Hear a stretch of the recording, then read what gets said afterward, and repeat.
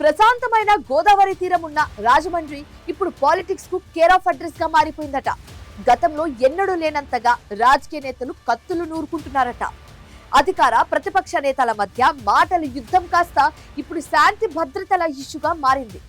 ఒకవైపు red book రాజ్యాంగం అంటూ వైసీపీ నేతలు రోడ్డెక్కుతుంటే, మరోవైపు రప్పా రప్పా అంటూ తోక జాడిస్తే తోలు తీస్తామంటూ ఎమ్మెల్యే వార్నింగ్లు ఇస్తున్నారు. ప్రశాంతంగా ఉండే రాజమండ్రిలో ఈ రాజకీయ చిచ్చు ఎందుకు మొదలైంది? ఈ స్టోరీలో చూద్దాం. రాజమండ్రిలో ఇప్పుడు సరికొత్త రాజకీయ రణం నడుస్తుంది. టీడీపీ వైసీపీల మధ్య పాత పగలు, కొత్త సవాళ్లు ఒక్కసారిగా తెరపైకి వచ్చాయి. వైసీపీ మాజీ ఎంపీ మార్గాని భరత్, ప్రస్తుత టీడీపీ ఎమ్మెల్యే ఆదిరెడ్డి శ్రీనివాస్ మధ్య పచ్చగడ్డి వేస్తే బగ్గుమనే పరిస్థితి ఉంది. గత ప్రభుత్వంలో జరిగిన పనులపై, ప్రజాధనం వృధాపై ఎమ్మెల్యే ఆదిరెడ్డి శ్రీనివాస్ నిత్యం విమర్శలు గుప్పిస్తూ వచ్చారు.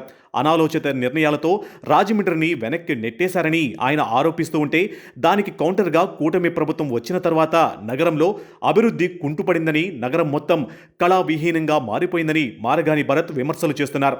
ఈ ఇద్దరు నేతల మధ్య నడుస్తున్న ఈ కోల్డ్ వార్ ఇప్పుడు శాంతి భద్రతల రగడకు దారితీసింది. నగరంలో అక్రమ కేసులు బనాయిస్తున్నారని, కావాలనే తమ పార్టీ నాయకులను వేధిస్తున్నారని వైసీపీ ఆందోళన బాట పట్టింది.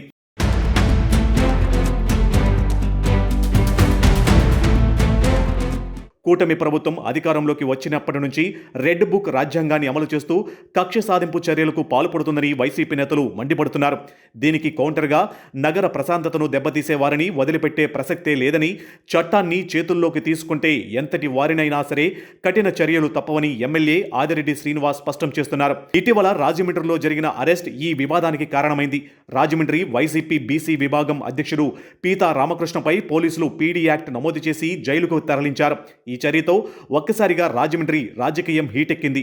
స్థానిక ఎమ్మెల్యే ఆదిరెడ్డి శ్రీనివాస్ ఒత్తిడితోనే పోలీసులు ఈ విధంగా ప్రవర్తించారని, కావాలనే పీడీ యాక్ట్ లాంటి కఠినమైన చట్టాన్ని ప్రయోగించారని మాజీ ఎంపీ మార్గాని భరత్ తీవ్రస్థాయిలో ధ్వజమెత్తారు. ఈ అక్రమ అరెస్టును నిరసిస్తూ వైసీపీ నేతలు పెద్ద ఎత్తున రంగంలోకి దిగారు. మాజీ ఎంపీ పిల్లి సుభాష్ చంద్రబోస్ లాంటి సీనియర్ నాయకులతో కలిసి రాజమండ్రిలో ఒక రౌండ్ టేబుల్ సమావేశాన్ని కూడా నిర్వహించారు. శెట్టిబలిజ కులానికి చెందిన ఒక బీసీ యువకుడిని టార్గెట్ చేసి కక్ష సాధింపు రాజకీయాలు చేస్తున్నారని ఆరోపించారు.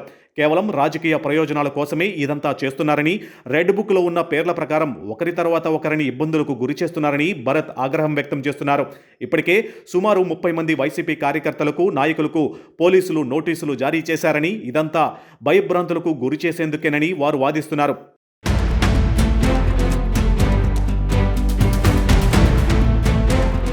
అయితే వైసీపీ ఆరోపణలను టీడీపీ వర్గాలు తీవ్రంగా ఖండిస్తున్నాయి. నగరంలో శాంతి భద్రతలను కాపాడడం తమ ప్రభుత్వ ప్రథమ కర్తవ్యమని ఎమ్మెల్యే ఆదిరెడ్డి శ్రీనివాస్ స్పష్టం చేస్తున్నారు.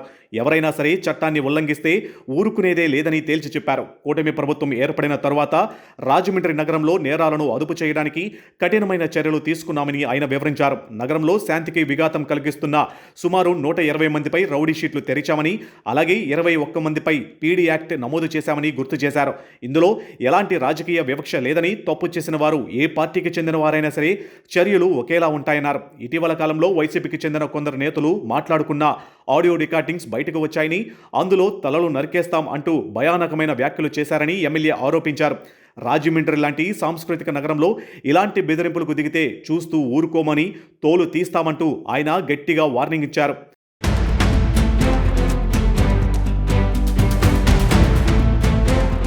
ప్రస్తుతం ఈ రెండు పార్టీల నేతల మధ్య నడుస్తున్న వివాదం సోషల్ మీడియాను షేక్ చేస్తుంది. ఎమ్మెల్యే ఆదిరెడ్డి శ్రీనివాస్ ఇచ్చిన వార్నింగ్ వీడియోలను టీడీపీ శ్రేణులు సోషల్ మీడియాలో విపరీతంగా షేర్ చేస్తున్నాయి. రప్ప రప్ప అంటూ తిరిగే వారికి సరైన బుద్ధి చెబుతామన్న వ్యాఖ్యలు ఇప్పుడు హాట్ టాపిక్గా మారాయి. మరోవైపు వైసీపీ నేతలు కూడా ఈ విషయంలో వెనక్కి తగ్గడం లేదు. తమ బీసీ నేత పీతా రామకృష్ణపై పెట్టిన పీడీ యాక్ట్ను రద్దు చేసే వరకు తమ పోరాటం ఆపేది లేదని స్పష్టం చేస్తున్నారు. అవసరమైతే దీనిపై న్యాయ పోరాటం చేస్తామని, ఉన్నతాధికారులను కలుస్తామని చెబుతున్నారు. నగరంలో అసలు గొడవలు సృష్టిస్తుంది టీడీపీ నేతలేనని, కానీ నిందలు మాత్రం తమ పార్టీ వారిపై వేస్తున్నారని వైసీపీ నేతలు కౌంటర్ ఇస్తున్నారు. రెండు వైపులా నేతలు తగ్గేదే లేదు అన్నట్లుగా వ్యవహరిస్తూ ఉండడంతో సామాన్య ప్రజల్లో అసలు నగరంలో ఏం జరుగుతుందో అర్థం కాని పరిస్థితి నెలకొంది. ఈ మొత్తం ఎపిసోడ్ అంతా సామాజిక వర్గాల చుట్టూ తిరుగుతుంది. వైసీపీ నేతలు ఈ అరెస్టును బీసీలపై జరుగుతున్న దాడిగా చిత్రీకరించే ప్రయత్నం చేస్తున్నారు. శెట్టిబలిజ సామాజిక వర్గానికి చెందిన నాయకుడిని కావాలని ఇబ్బంది పెడుతున్నారని, పిల్లి సుభాష్ చంద్రబోస్, మార్గాని భరత్ లాంటి నేతలు చెబుతున్నారు. కానీ టీడీపీ మాత్రం ఇది కులాలకు సంబంధించిన విషయం కాదని, కేవలం నగర రక్షణకు, శాంతి భద్రతలకు సంబంధించిన అంశం మాత్రమేనని చెబుతుంది. నగరంలో ఎవరైనా శాంతి భద్రతలను దెబ్బతీయాలని చూస్తే ఉక్కుపాదంతో అణిచివేస్తామని పోలీసులు కూడా స్పష్టం చేస్తున్నారు.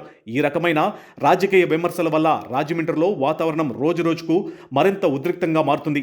వైసీపీ నేతలు చెబుతున్నట్లుగా రాజమండ్రిలో నిజంగానే రెడ్ బుక్ పాలిటిక్స్ నడుస్తున్నాయా లేదా అనేది చర్చనీయాంశంగా మారింది. గత వైసీపీ ప్రభుత్వం హయాంలో రాజమండ్రిలో పెద్ద ఎత్తున అవినీతి జరిగిందని, దానిపై విజిలెన్స్ విచారణ జరిపించి మాజీ ఎంపీ మార్గాని భరత్పై చర్యలు తీసుకుంటామని ఎమ్మెల్యే ఆదిరెడ్డి శ్రీనివాస్ గతంలో చాలాసార్లు ప్రకటించారు. దానికి భరత్ కూడా స్పందిస్తూ తనపై ఉన్న ఆరోపణలను నిరూపించాలని, విచారణకు తాను సిద్ధమని సవాల్ విసిరారు. కానీ కూటమి ప్రభుత్వం అధికారంలోకి వచ్చి 2 ఏళ్లు దాటుతున్న ఆ విజిలెన్స్ ఎంక్వైరీ ఏమైందో ఎవరికీ తెలియదు. అది పూర్తయిందా, మధ్యలోనే నిలిచిపోయిందా, అసలు అధికారులు ఏం తేల్చారు అనే దానిపై ఇప్పటి వరకు ఎలాంటి స్పష్టత లేదు.